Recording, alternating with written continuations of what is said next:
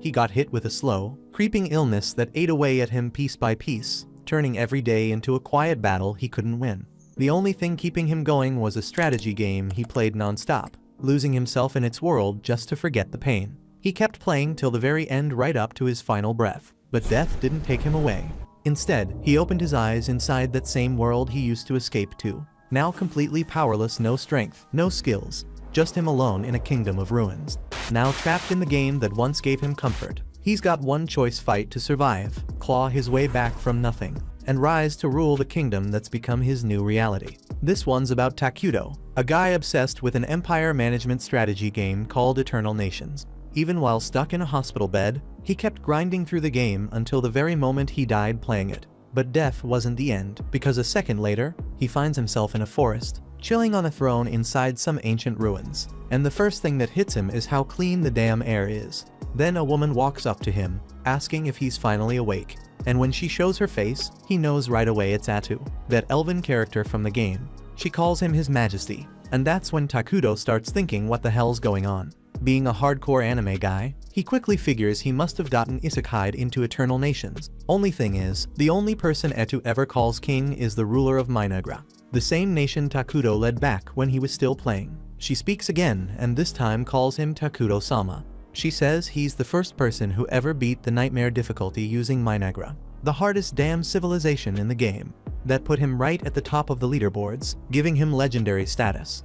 Now Takuto's even more lost. How can a game character know stuff from outside her world? But Atu explains that she remembers it all, every win, every loss, every single word he said to her through the screen, like she lived the whole thing right beside him.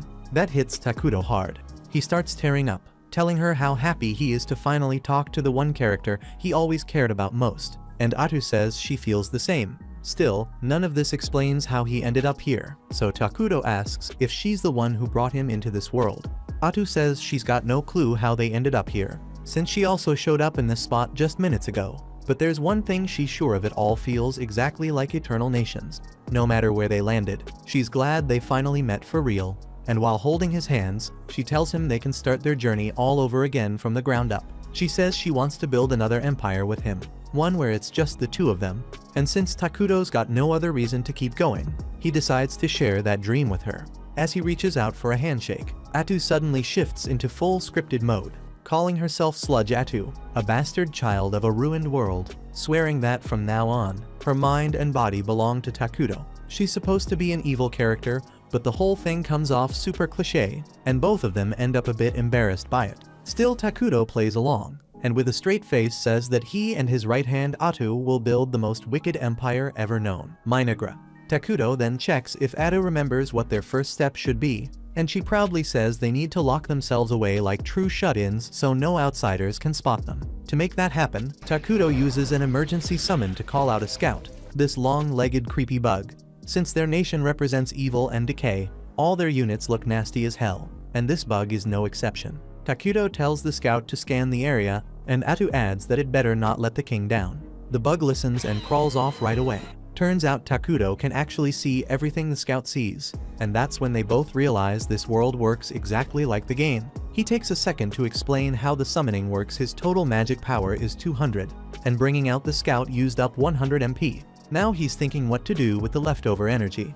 He could use 20 MP to build a base, but part of him wonders if it's better to summon a fighter to guard them. Problem is, that costs way more than what he's got right now. In the original game, Atu's a hero unit, which means she's got serious combat skills, but since they're only just starting out, her power level's sitting at a lowly 3.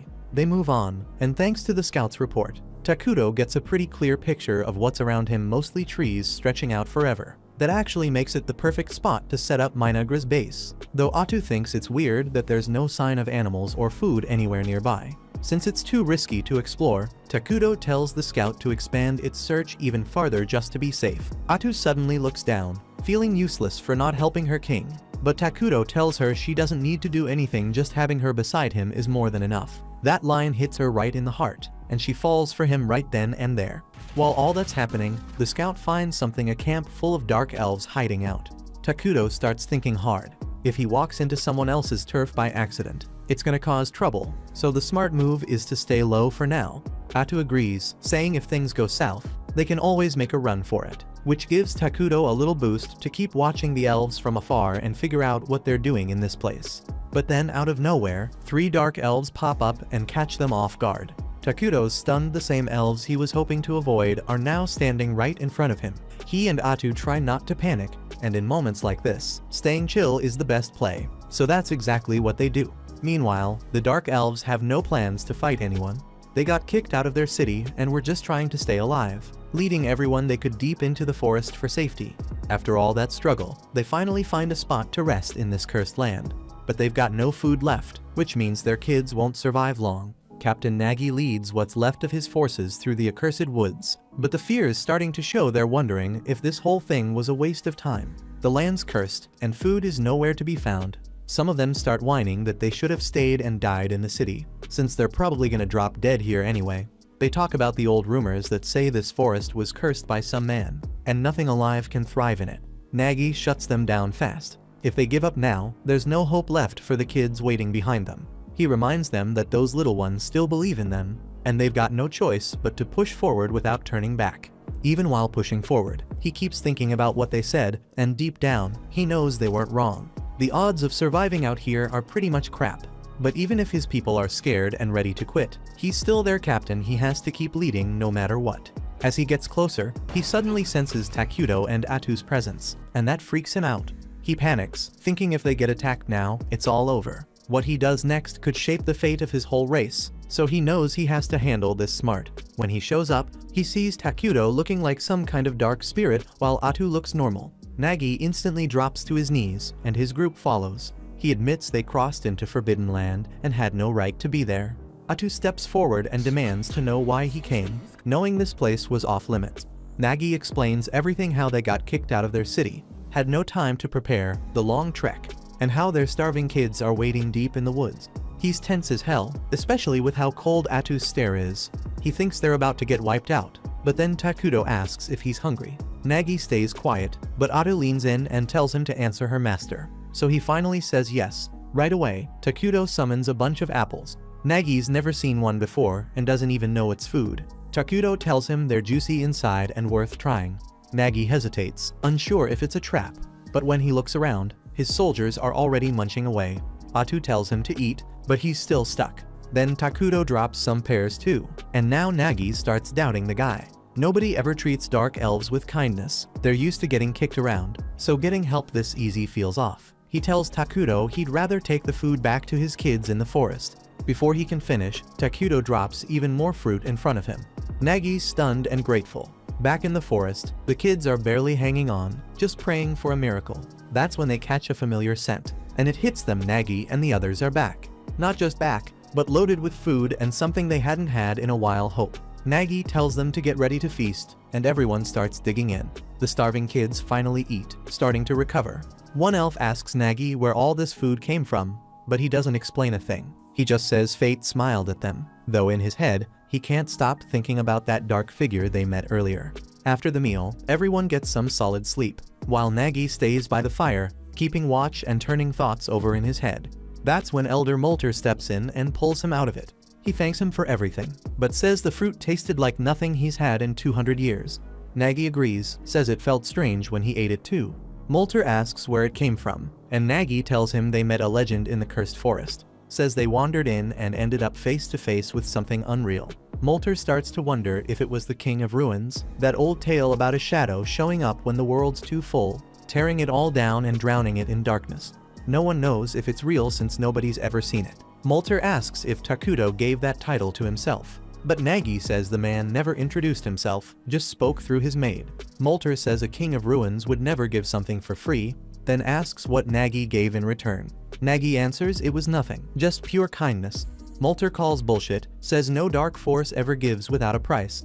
Nagi says he helped them with no catch, calls him the Great One. Molter argues that title doesn't fit someone like the King of Ruin, but Nagi stands firm. The man helped them when no one else would. Nagi wonders if they should have died instead of accepting help, but Molter sighs and says maybe he's right. When the time comes to repay that debt, Molter will do the talking, so no one else needs to worry. Nagi watches his people sleep and wonders when they'll finally rest without fear. At the same time, Atu's furious Takuto wasted mana feeding strangers. She snaps at him, clearly pissed. He tries to say he felt bad for them. She's shocked, reminding him they've got no clue what kind of future awaits Minegra, or how much they'll have to fight. She calls it reckless, then backs off, saying she shouldn't have spoken like that to her king. But Takuto reminds her he can't survive here without her. They're a team. He admits when the elves showed up. He froze, maybe because he's awkward around people. Atu hadn't noticed, thought he was just acting the part, speaking through her like some true king. They tease each other for a bit until his pet returns with the latest report. The next morning, Nagi gets set to go see Takuto again, and Elder Molter stops him, asking if he's really ready to stand before the king. He says since they already took food from the Dark King, they should be ready to pay whatever price he puts on that kindness. Nagi pushes back, says Takuto never asked for anything. But Molter says that's just how things work. Evil doesn't help for free. There's always a catch somewhere. Still, he agrees they've got no choice but to rely on Takuto, since nowhere else is safe for them now. They both head toward Takuto, not knowing his insect scout's been spying on them the whole time. Takuto pulls the bug back to report, and once he finds out the elves are on their way, he just hopes they grab the leftover food and leave without making it awkward. He starts to freak out a little, says he's bad at talking and doesn't know how to deal with this kind of stuff. Atu steps in, says she'll handle it, and reminds him it's better this way. The elves need to see they're not even worthy of speaking to their king. Soon after, Molter and Nagi arrive, and the old elf throws out some fancy greeting, thanking Takuto for the food he gave their people. Then he asks if they can know the name of the one who helped them. With a nod from Takuto, Atu gives them the name, declaring him as the Dark King of Ruin. That hits them hard, confirming every fear they had. Atu then tells them to take the food and move along. It won't last long anyway, so no reason to stick around. But Molter says he wants to give something back for the help they got. He asks what they can offer in return. Atu shuts that down real quick, tells them they probably don't have anything that would please her king, so they shouldn't even try. Then she looks them over and asks if they honestly think they have anything valuable left. Molter hesitates, knowing deep down they've got nothing worth offering. Atu catches that pause and shoots him a cold glare, asking if he's planning something.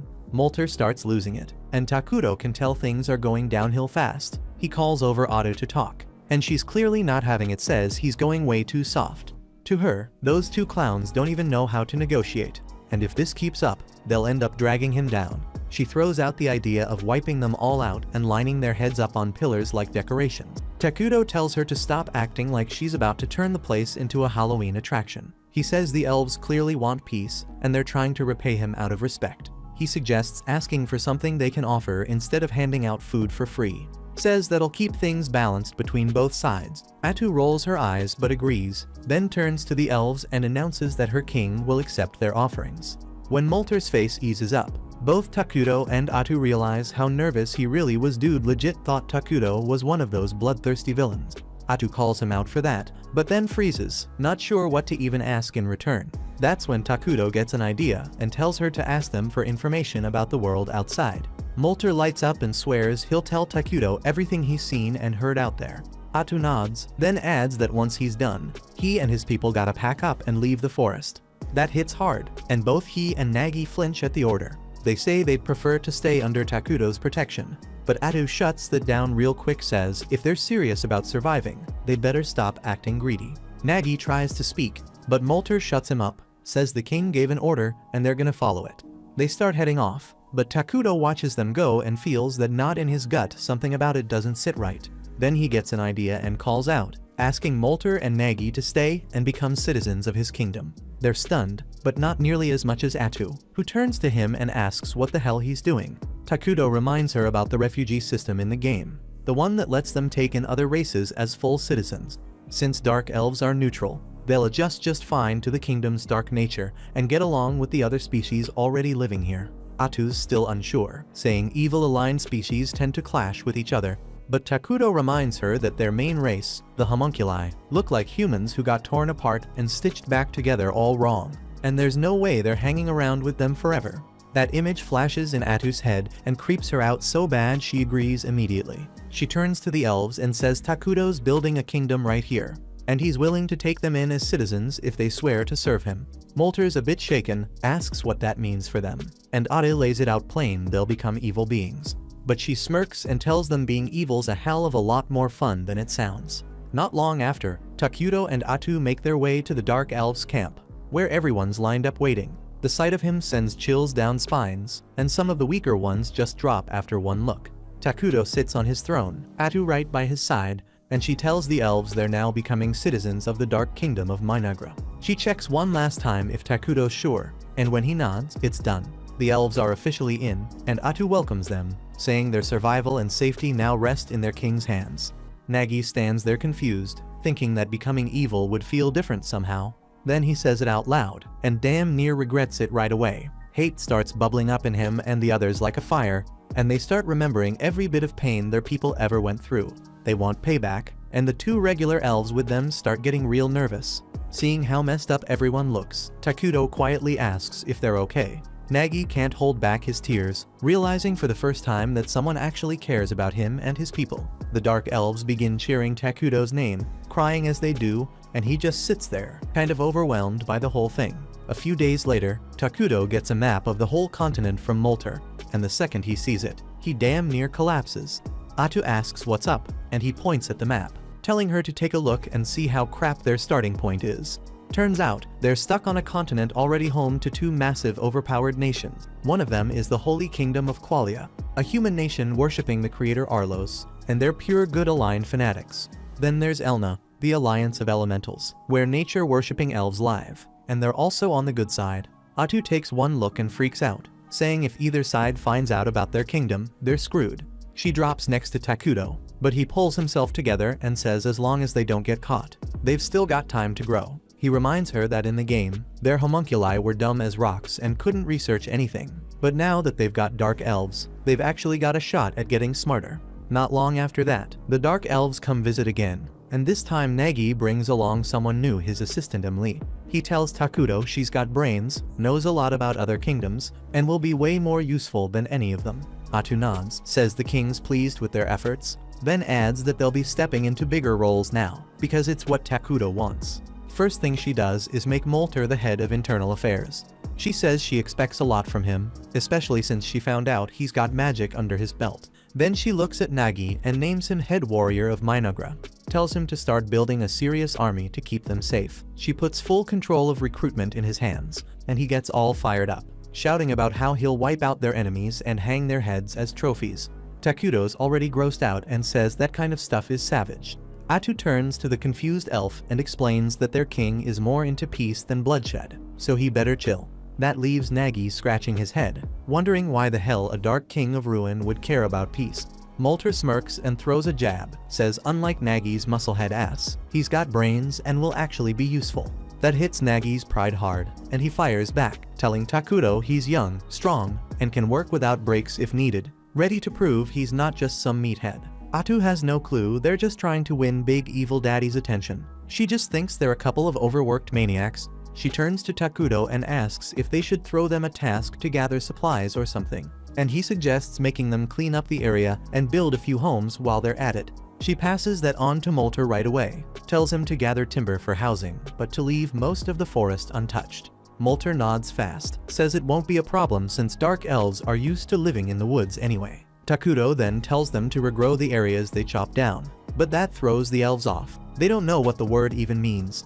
Takudo picks up on it quick, figures their civilization's too behind to even grasp reforesting, so he asks if they at least know about military magic, or the 6 major elements.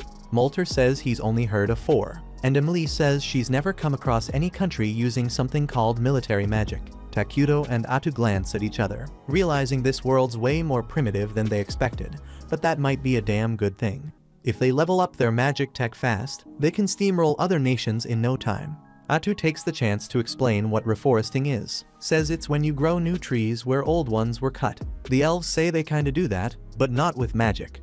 Atu grins and starts making stuff up, saying reforesting uses 6 elements to speed up the process, then shamelessly gives Takudo credit like he invented it. She keeps hyping him up, says he's the genius behind those tasty fruits they ate, and adds that grapes are her absolute favorite. Emily jumps in too, says she planted some of the grape seeds and a few sprouts already popped up. That surprises Takudo. He didn't think anything would grow in this place. But then it hits him if he can magically recreate earth fruits here. Maybe he can make other stuff too. To test it, he tries creating a coin, and when that works, he realizes he can probably produce things like gunpowder and all kinds of scientific crap. That gives him a serious edge, one that could push his kingdom way ahead of everyone else. At the same time, over in the Holy Kingdom of Qualia, things are heating up too. Saint Selena's out leading a squad of knights through some snowy foothills, dealing with monsters that have been bothering the nearby villages. The second those goblins come charging in, she lifts her staff and torches them to ash with her holy flame. That fire shoots up into the clouds, and once the smoke clears, sunlight hits the scorched earth, and a bunch of flowers pop up. The knight captain turns to his crew, saying that Selena's magic not only burns up nasty monsters, but also leaves a damn flower garden behind. He adds that thanks to her, they've got a good thing going with the elves. Right after that, she tells the cardinal he needs to send paladins south instead, since she got some creepy vision about something going down in the cursed forest. He straight up refuses, saying the forest's all the way at the edge of the continent and he can't make a move without getting the higher-ups involved. Selena says screw that, threatens to head out herself if he won't help. The cardinal tries to push back, but in the end, he gives in and promises to send whatever troops he can round up on his own. Meanwhile, Takuto and Atu are busy building up their turf, starting with new homes for the Dark Elves. They've already got a temporary throne room set up around Takuto's throne, and he's hyped to finally hold meetings and talk shop with his top citizens. Then Molter, Nagi, and Imlay show up, and Atu tells them it's time to kick off their first council meeting. But before they start, Emily hands Takuto a gift, some fresh clothes that make him look like a damn femboy. He's thankful for the outfit since his old stuff's getting pretty nasty, and he thanks the elves for hooking him up. They don't really see much difference, but they trust Atu when she says he looks awesome in it. With that handled, she gets the meeting started, but Takuto's too busy fangirling over himself in the new fit. Atu just rolls with it, runs the meeting herself, and says she'll ask for his input when needed. He's totally cool with that plan. Once the meeting kicks off, Molter asks Atu what kind of buildings they should start throwing up first. She tells him food production's gotta come before anything else, then pulls out this freaky looking plant and says it'll be their main food source for now. The elves look straight up horrified, asking her what the hell it even is. Atu calmly explains it's called the flesh plant, something unique to their civilization. It grows meat that tastes like human flesh, and apparently it's super nutritious. That info doesn't sit right with the elves, who quickly say they don't go around munching on humans. Atu laughs it off, telling them this is just a temporary thing till they get better options growing. Then she says they also need to set up storage buildings and supply sheds near the farms. Emily jumps in and volunteers to handle that part.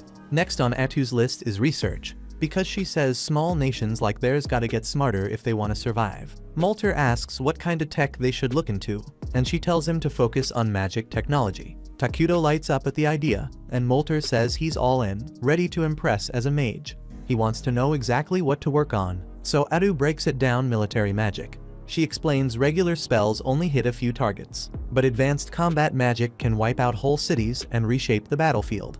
She tells Molter to gather all the talented elven mages and get cracking on that research. He's fired up about creating magic that's never existed before. Then Atu shifts the convo to military strategy, and Nagi perks up since it's finally his turn. But Takuto shuts it down fast, saying they're not about to dump resources into building a massive army. Atu backs him up, pointing out that armies cost a fortune and don't give anything back when there's no war going on.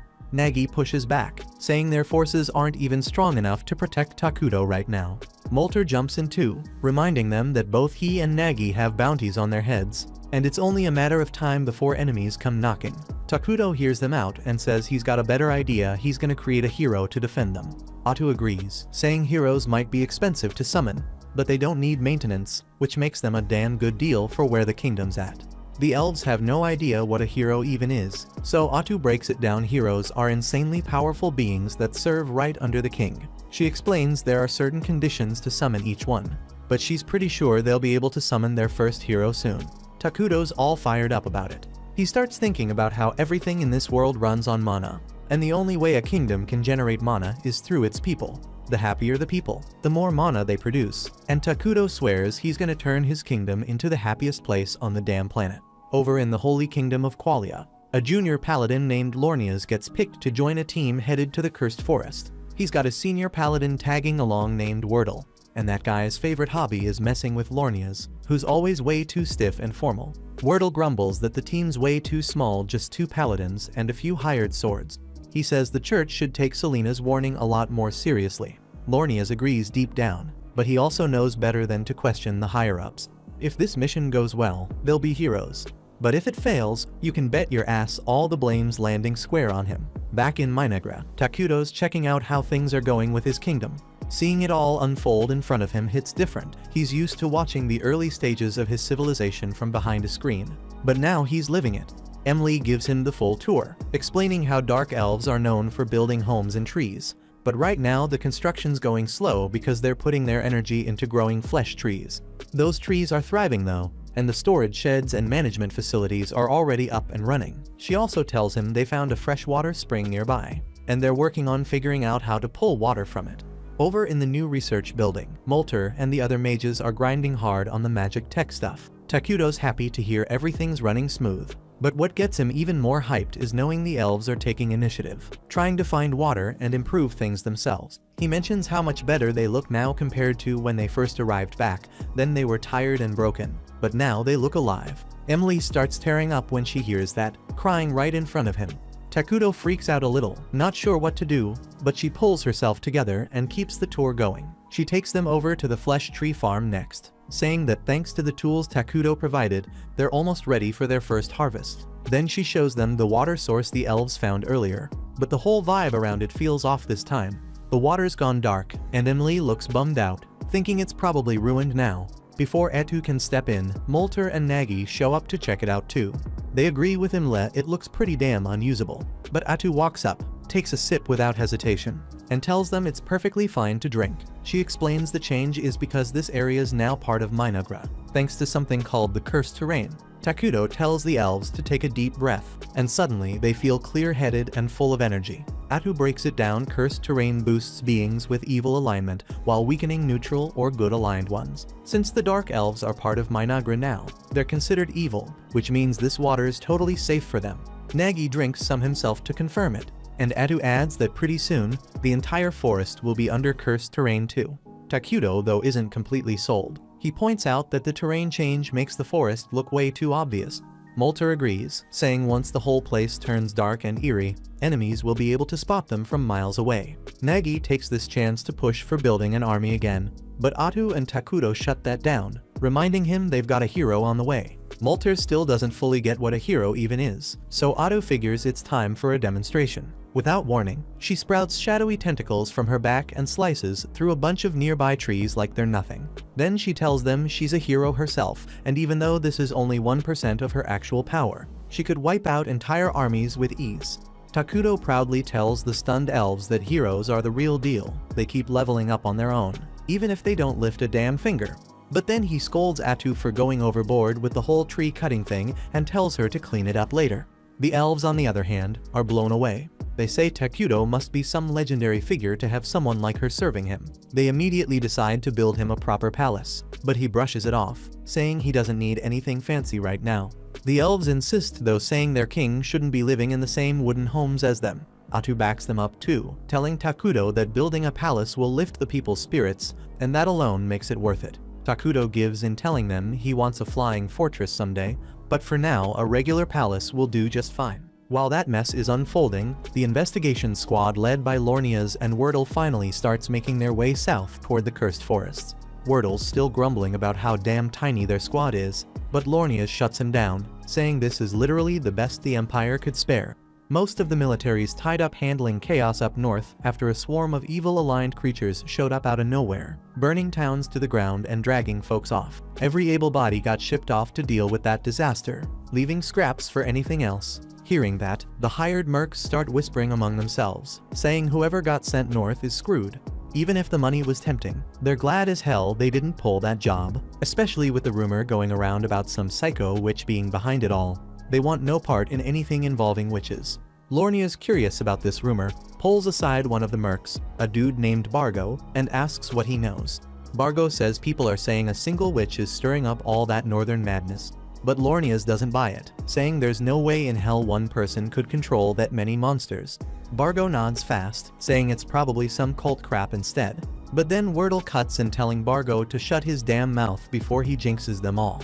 Lornias instantly snaps at Wordle, catching the guy sneaking another drink on the job. He starts chewing him out, reminding him that as paladins serving their gods, so alcohol's off limits. Wordle brushes him off, offering to argue theology right then and there, but loses interest the second a waitress drops off more booze. He starts flirting without a care in the world. Bargo turns back to Lornia's, asking why the Empire even bothered sending 2 paladins down this far. He admits he's worried there's another witch involved, and says straight up that if that's true, he and his guys are bouncing before things go sideways. Lornias tells him he doesn't know all the details either, but Wordle jumps in again looking smug as hell. Turns out he squeezed some info from his new waitress friend. Apparently a bunch of dark elves recently ran into the cursed forests, and the higher-ups want someone to keep tabs on them. That puts Bargo at ease, says they better deal with those bastards quick. Dark elves are infamous for nasty curses and sneaky assassinations. Lornias agrees completely, saying if they ignore the dark elves now, it's only gonna come back and bite them harder later. But Wordle tells him to chill, reminding him this mission is recon only. If things start going south, they're packing it in and getting the hell out. Lornias, ever the hard-headed holy warrior, says that's not how they roll. If evil shows its face, they crush it, retreats, never on the damn table for a real paladin. Wordle throws a sharp look at Lornias, telling him to quit chasing damn glory and only draw his blade when it actually matters. Not every damn time there's a whiff of danger. He reminds him they've all got folks back home, including him, so they better think twice before throwing their lives away like it's nothing.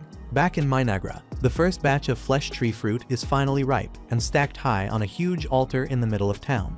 Takuto stands in front of the pile while the dark elves surround him, eyes glued to the scene, waiting to see what kind of madness their king's about to pull. Without a word, Takuto pumps his mana into the fruit, and right there in front of everyone, it twists and mutates into one massive bug monster. The elves lose it, jaws dropping as they watch him literally bring a creature to life out of thin air. Atu instantly starts hyping him up, shouting that this miracle ain't even 1% of what their king can do. She tells them if they keep worshipping him like they should, he'll grow even stronger and pull off things way crazier than this. The crowd erupts, cheering their king like he's a god. Later on, Takuto slumps back onto his throne, feeling relieved he managed to trade fruit for a monster. It was a standard feature in the old game, but it still blows his mind how any of this actually works in the real world. Atu, chill as always, says screw the logic, they've got a working system now, and they can crank out more creatures to build the kingdom up. She's fired up and says it's time to kick off the next phase. Takuto agrees, saying he'll summon a hero as soon as they've stored up enough mana to do it right.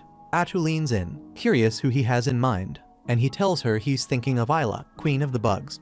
But she nods, saying that's a damn solid call. Takuto gets all into it, explaining Isla's abilities, how she can boost every insect monster they've got, turning the battlefield into a slaughterhouse, and how she can hatch larvae to handle all the boring behind-the-scenes stuff, keeping everything running smooth. Atu grins, glad to see he's not winging it this time, and Takuto admits she was honestly the only sane pick.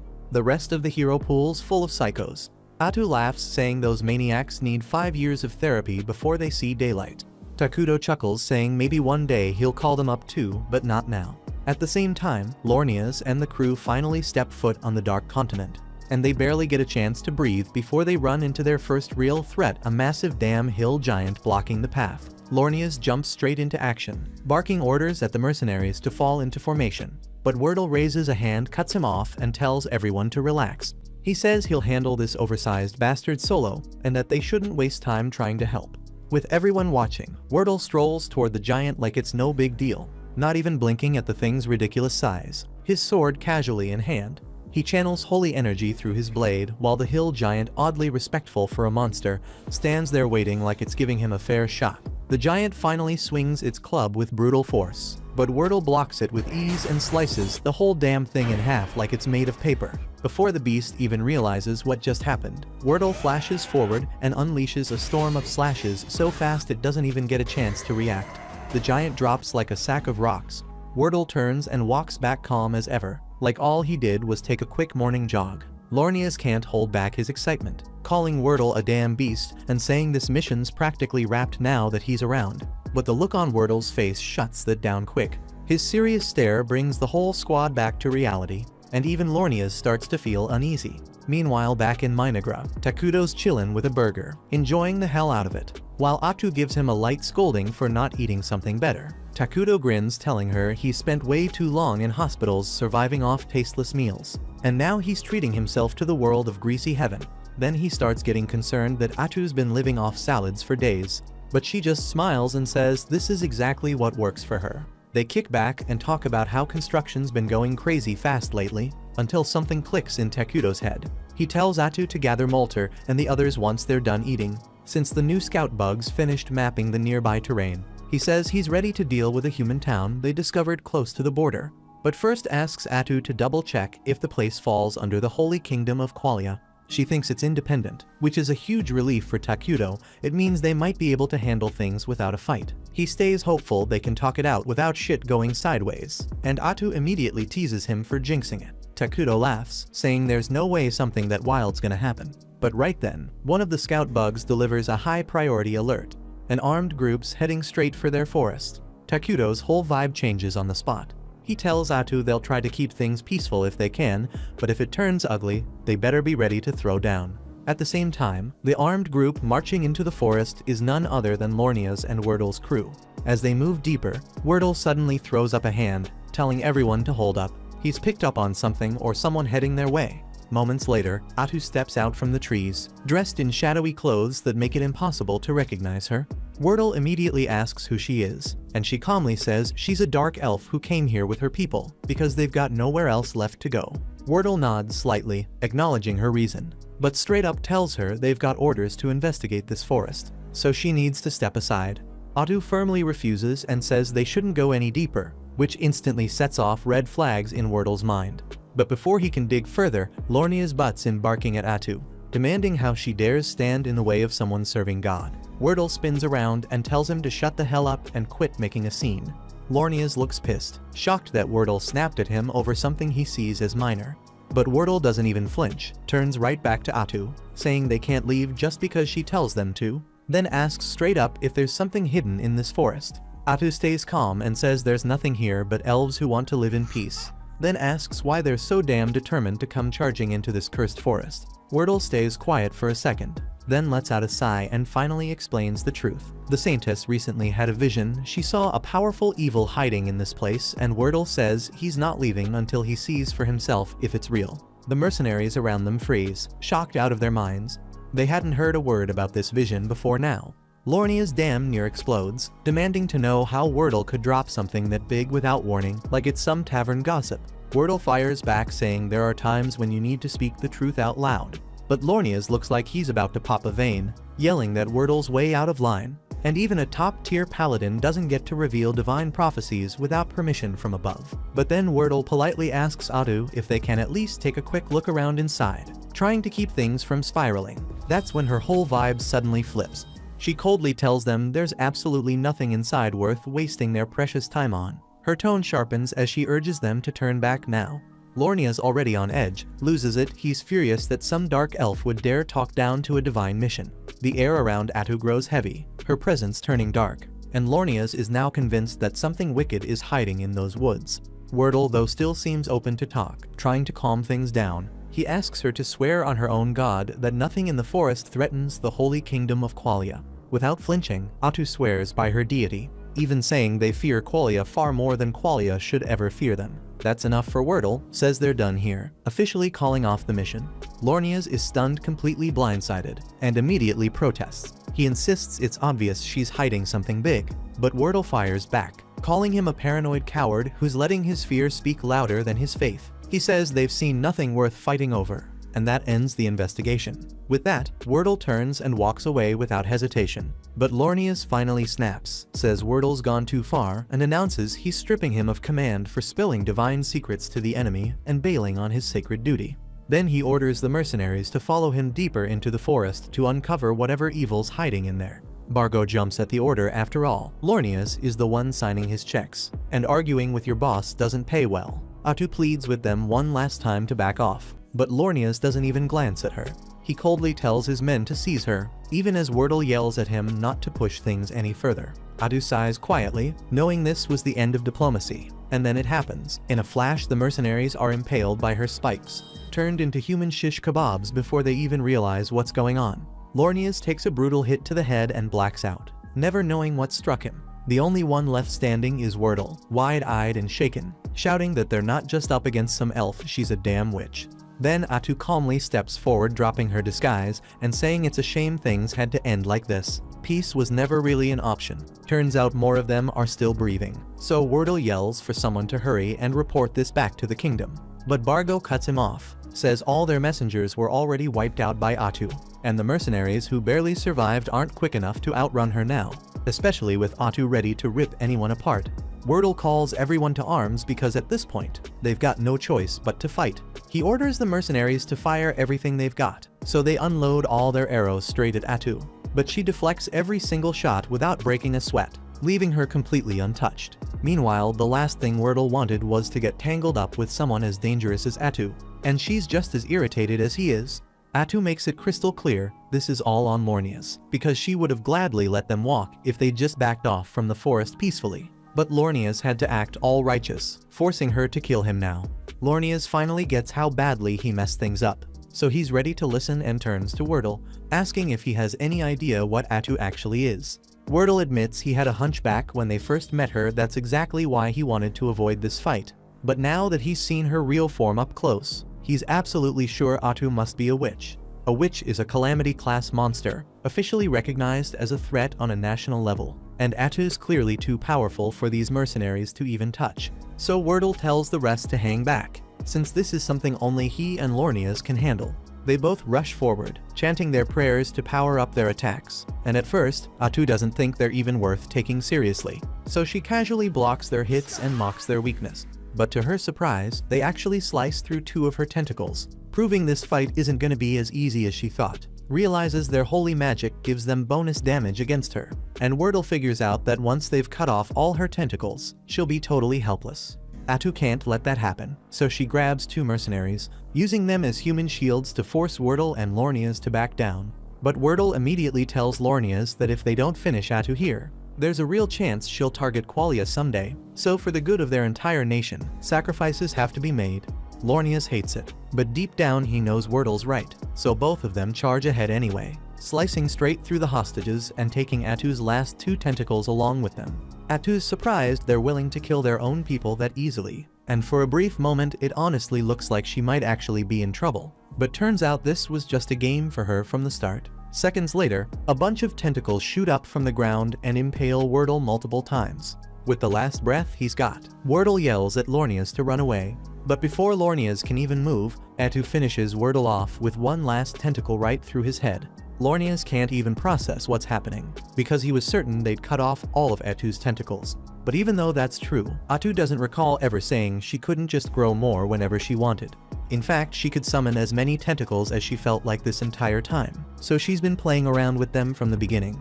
After watching their leader die like that, every mercenary instantly loses their will to fight, and Atu clearly isn't feeling generous enough to spare anyone. Lornias realizes this quickly, tells them all to scatter immediately, hoping if they run in different directions, at least one might survive long enough to report everything back to the kingdom. Without wasting time, all the mercenaries instantly drop their weapons and run for their lives, and Atu doesn't really feel like chasing after them, so she simply lets them go. Honestly, she wishes they'd done that from the start, because it would have saved everyone a whole lot of trouble.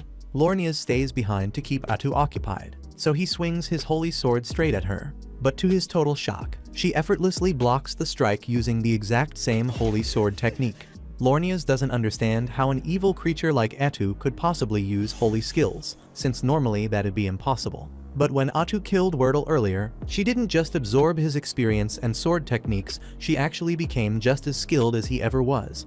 Atu immediately starts attacking Lornias with Wordle's techniques, openly praising Wordle because he truly was worthy of being called elite. Unfortunately for Wordle, he's dead now, and that's entirely Lornias' fault because he couldn't keep his damn mouth shut. Atu then casually mentions if Lornias even thought about whether he'd make it back home safely to his wife and daughter. But Lornias never said a word about his family here, and that's exactly when it dawns on him that Atu didn't just absorb Wordle's skills, she took all his memories too. And if Atu's truly capable of something like that, it means she'll only keep getting stronger every time she kills someone. She calmly asks Lornias if he wants to hear Wordle's final thoughts before she ended him. Because Wordle was such a good man, he spent his last moments thinking only about the safety of his men. But Atu says the same can't be said about Lornias. He tries defending himself, claims at least some mercenaries made it out to report what happened, so their mission wasn't a total failure, But Atu coldly tells him those mercenaries are already dead. Sure, she didn't feel like chasing them down herself, but that didn't mean she'd let them leave alive. And she never said she came alone. She'd already given clear instructions to the Dark Elves to ensure nobody escapes alive. So the moment those mercenaries fled, they were immediately hunted down and killed. Lornias falls into complete despair, realizing he's now the last survivor. So he desperately swings his sword toward Atu's head, and she enjoys every bit of his suffering. It doesn't take long before Atu effortlessly subdues him. And before killing him, she decides to twist the knife deeper by telling Lornias exactly how things would have turned out if he'd simply listened to Wordle. They would have all returned safely, Lornias would have reunited with his wife and daughter, and everyone would have lived happily without ever knowing about the calamities in the forest. But Lornias chose differently, so now Atu's going to kill him, and not just him. She says his family's next, then casually adds that reading his mind makes it easy to picture his wife and daughter, even know exactly where they live. Openly admits she's definitely petty enough to do something like that.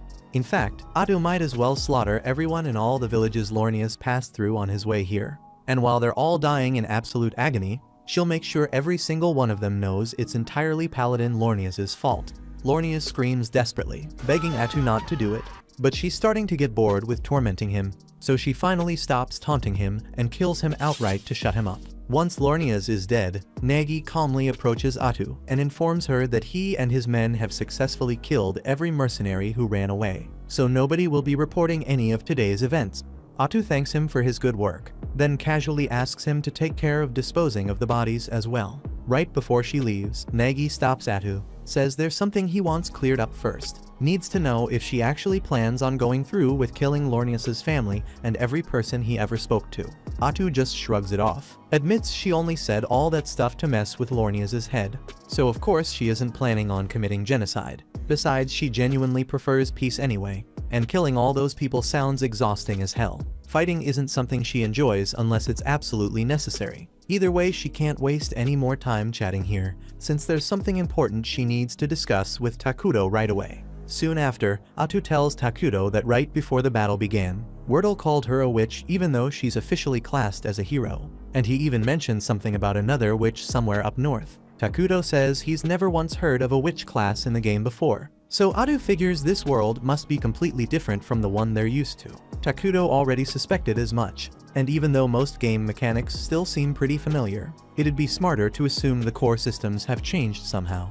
Fortunately, not all the changes are bad news. Atu's skill absorption power improved significantly. Now she can also obtain bits of memories from anyone she kills, and thanks to that upgrade, she was able to gather plenty of useful information about Qualia's current situation directly from the investigation squad they just wiped out.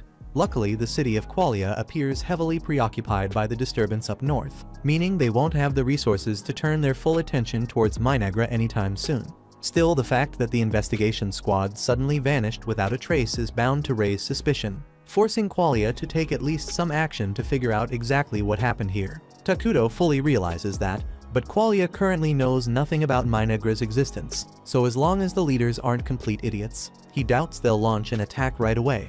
At the moment, he's far more concerned about whatever's going on with the northern disturbance and that which causing all the trouble.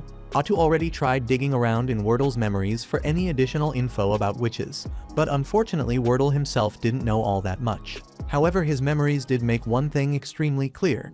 That witch up north was powerful enough to single-handedly inflict military-level damage on the Qualian army, and her name is Irakino. At the same time, up in the Northern Territory, Irakino has just wiped out another village, and she's already preparing to move on to the next. Before she does, she reanimates all the villagers she killed and turns them into undead servants under her control. Takuto has no idea what her full abilities are, but the amount of damage she's caused in such a short time makes him suspect she might have come from another world too, just like him and Atu. If that's true, things are about to get a whole lot messier, so Atu asks him what their next move should be. Judging by the way she operates, Irakino's probably evil aligned, so there's a chance they could get along with her. Atu asks if they should try reaching out, but Takuto doesn't think that's a smart move since they know nothing about her personality. Atu's clearly frustrated that all this chaos had to show up right when things were starting to go smoothly. But Takuto reminds her Irakino's still way up north, so they probably won't have to deal with her directly for a while. Even so, with threats like this popping up, it's obvious Minagra needs stronger defenses, so Takuto plans to create another hero as soon as possible. He was originally going to choose Isla, but after everything that's happened, he might need someone more suited for combat. He's also starting to rethink his strategy of staying hidden, because with unpredictable factors like this witch out there, they'll need to build an alliance with another nation eventually. Qualia's out of the question after what Atu did to their paladins, but the country east of the forest could be a good fit. They're neutral and haven't made contact with Minagra yet, but once the palace construction is finished, Takuto plans to head over there, check things out, and see if there's any chance of forming a proper partnership. At the same time, over in the eastern city, they're dealing with an attack from the barbarians, but their staff bearer quickly wipes them out with a bolt of lightning. The citizens cheer and praise her for saving the city so easily, but she tells them it's too early to celebrate, there's still a lot of work ahead. Back in Minagra, Atu and Takuto finish their conversation, and just as she's about to leave, she pauses for a second, says there's something she needs to apologize for. She knows Takuto isn't a fan of unnecessary violence, but admits she got a little carried away with the paladin. Takuto just stares at her and asks why he'd care. That moment hits Atu with a quiet reminder Takuto might seem kind on the surface, but deep down, he's still the embodiment of evil, and there's not much in this world that could ever bother him. In no time, Takuto's palace is finally complete, and that moment marks the start of his kingdom's push forward in earnest. He is excited because he has always wanted a giant palace, and Atu says one day it will be big enough to pierce the heavens, a promise she makes with calm certainty. All that palace talk makes Atu notice that even though Takuto is their king, he still has no attendant at all, not a single person at his side. However, he had not thought about it much, but a king without personal servants is odd, so Atu asks if he has any preference so she can find one for him right away. Takuto, a bit sheepish, says anyone who is easy to talk to will do, since he is a terrible communicator who stumbles over small talk. In fact, he has not actually held a conversation with any of the Dark Elves since he arrived, and Atu figures that is because he comes across as a mass of negative energy to them, more shadow than man. Even so, she tells him not to worry because she has the perfect plan ready to go. Takuto does not love how fired up she is, but he lets it play out to see what she does next, keeping his doubts to himself. Right after, Atu summons Nagi, Molter, and Emily, and orders them to gather all the young girls in the village because Takuto desires them, her tone brisk and absolute. Both Takuto and Molter are stunned where they stand, but Molter still wants to give him the benefit of the doubt, so he asks Atu why she gave that order at all. Atu says she asked for young girls because she thought it would be easier for Takuto to practice conversations with them. Yet instead of putting it that way, she boldly declares that Takuto is into young girls. This goes way too far, so Takuto cuts her off before it spreads and tells her to explain the plan without turning him into the neighborhood creep. After the full explanation, Molter and the others are relieved to learn that Takuto only wanted an attendant who would be easy to talk to, and the reason he pointed to young girls is that the kingdom is short on hands, and he did not want to pull valuable laborers away to be servants, so children who cannot work yet were the best options for now. Molter and the rest are impressed by how much thought Takuto put into it, so they agree to bring the children, and Takuto looks forward to finally having people he can talk to each day in the palace. But only one thing he didn't think about remains in the way. To regular folks he keeps coming off as a walking disaster, which makes the kids burst into tears the second they see him. Takuto feels torn up over that whole mess with the kids, so Atu turns to Molter to see whether there is a single child who would not scream at the sight of the king, and given how things stand, Molter cannot name anyone suitable. Then Nagi cuts in and asks if Takuto has met the twins yet, and he admits he kept them off the list because their past carries serious baggage, so he worried they might cross a line with the king. But at this point, options are thinning out, so Atu tells him to bring them in anyway. A short while later, the twins step into the palace and introduce themselves as Karia and Maria, and Karia carries herself with crisp respect, while Maria talks to Takuto casually, treating him as one of the homies. At a glance, Atu reads the history on their faces, so she asks Karia about the sores scattered across her body. Karia says they trace back to an illness, and then Molter fills in the gap and explains that a plague hit her some time ago, so the cure held, yet the scars it left never faded. After that, Atu shifts to Maria's situation, so Karia explains that her sister went through something brutal, and after that day she never truly came back to who she was. Atu presses for what brutal means, and Maria answers without a pause that she ate her mother. That is far worse than what Atu feared, so she turns to Molter for the story, and he says he is not proud of those days. Yet at the time there was no other path. The Dark Elf tribe still honors the mother of Karia and Maria for the sacrifice she made for her people. Hearing that, Takuto recalls the exile the elves endured, and it was a long trek over vicious ground after losing their home. So in stretches like that, hunger becomes an enemy on its own, and hard choices fall on those who want everyone to live long enough to reach safety. Being forced to eat her own mother shattered the way Maria sees the world, so her sense of fear bent into something else, which explains why Takudo does not scare her at all. Atu hesitates about naming Maria as an attendant, and the risk feels real, so she weighs that thought in silence. During that pause, Maria walks up to Takudo, and once she stands near him, she says he looks white to her. That catches Takudo off guard because most people call him the shape of darkness itself. Yet Maria reads something different, so he asks whether she is willing to serve as his attendant and look after him. And Maria says she will do her best, so Takudo appoints her on the spot as his servant and as a candidate for leadership within Minagra. Atu is taken aback because this ends up being the longest stretch of talk Takudo has shared with anyone besides her. Yet even if Maria seems on board, Karia stays quiet. So Takudo asks what she makes of his offer, and Karia says that as Maria's younger sister, she has a duty to stay at her side all the time. So if Maria wants to serve as Takudo's attendant, then she will step into the role as well. That settles Takudo for the moment because he needs steady help. So he tells them that starting today they are responsible for looking after him. Then Nagi and Molter trade uneasy looks since the choice still feels risky. After everyone else steps out, Molter circles back to Takudo because there is something he has to share about the twins. Ever since their mother died, they have not been able to feel even a shred of emotion. So it is as if their hearts sealed shut and nothing gets through. Taking them on will bring its own problems. So Molter asks Takudo to meet those moments with patience and tolerance until the girls begin to open up again, since forcing it will only push them further inside. The following day, Maria and Karia begin their official duties as Takudo's attendants, and trouble shows up right away because Maria walks in with a glass of water, trips over her own feet, and dumps the whole thing on Takudo. Karia moves fast and offers to wipe him down, and she apologizes for the mistake since this is not the first time it has happened. So Takudo tells her he is not upset and that accidents are part of learning. A few moments later, Atu comes in, and she is disappointed to see that Maria has slipped up again. So Takudo asks her to ease up on the girls for now. Atu hates how often they fumble. Yet if Takudo does not want to punish them, she will let it slide. Then she reminds him that he has a meeting to attend, and as his attendants Maria and Karia are required to come along as well, so they had better hold it together and keep their manners sharp.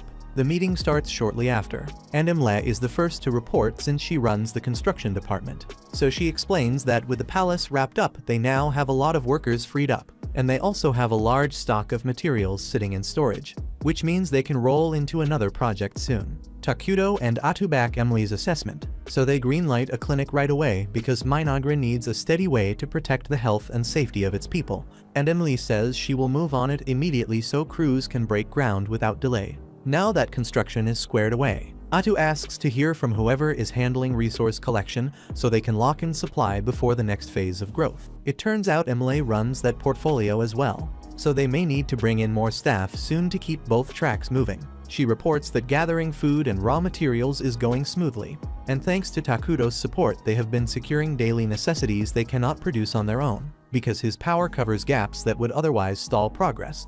That drain on his mana is heavy, so they have to map out other ways to obtain those items soon, since leaning on emergency production so often is not ideal. For now it counts as a necessary expense, so Takudo tells her to keep relying on him, and at the same time they will prioritize buildings and research that raise his mana output, so the burden eases over time. Atu thanks Emily for the grind and shifts the room to magic research. Then Molter rises to give his report. He explains that he has successfully built a line of military magic, and at the moment he is the only one who can use it. Yet with enough training his subordinates should be able to follow his lead. They may even be able to harness the ruined mana that the palace throws off to push stronger casts, so the ceiling could end up higher than anyone expected. Since Takudo has made it clear he does not want to start wars, chances to deploy those spells will probably stay rare. For now, Atu asks Molter to pour his effort into the 6 major elements on the magic skill tree, because those will do the most for national development. Finally, she calls on Nagi for an army status update. So he explains that the force currently fields 5 scout bugs. Most of their hours go into mapping the uncharted stretches of the accursed land, and the ground beyond the forest is mostly open plains, so they can range there with a lower chance of being spotted. Since stealth sits at the top of Minagra's priorities right now, the scouts have to keep their footprints small. Atu brushes it off because they already have a complete survey of the entire forest. So she tells Nagi to assign the scout bugs to routine patrols around the perimeter of the forest. Nagi checks whether she truly wants all of them on patrol duty, and Atu can read the worry about their military strength, so she says she alone can handle whatever shows up. Plus, she and Takuto already settled on creating a new hero, and Takuto says he will summon Ayla after all. Takuto then asks whether the team gathered every resource needed for that plan, and Molter reports that the lumber and the rations are ready and waiting, yet the heavy mana cost still stands. After a lot of arguing and some compromise, the meeting wraps as planned, and Takuto feels satisfied with how well everyone has been playing their part. After that he heads toward the throne room, and as he is walking Maria bumps into him and scatters the meeting papers across the floor. Karia apologizes for her and moves to help pick the pages up. Then they accidentally tear one of the documents in half while trying to gather it. Both sisters look up at Takuto expecting anger, and he simply tells them it is fine and goes to sit on his throne. Maria suddenly steps closer and asks if he is a bad person. His alignment is evil, so in strict terms he counts as a bad person. And she follows by asking why he has not killed them yet. They keep messing up and doing things that would normally get a servant executed. Yet Takuto keeps sparing them, and they cannot make sense of that. Takuto asks them to spell out the difference between a good person and a bad person. And in Maria's view, a good person does nothing but good while a bad person does nothing but bad. But Takuto says she's only half right.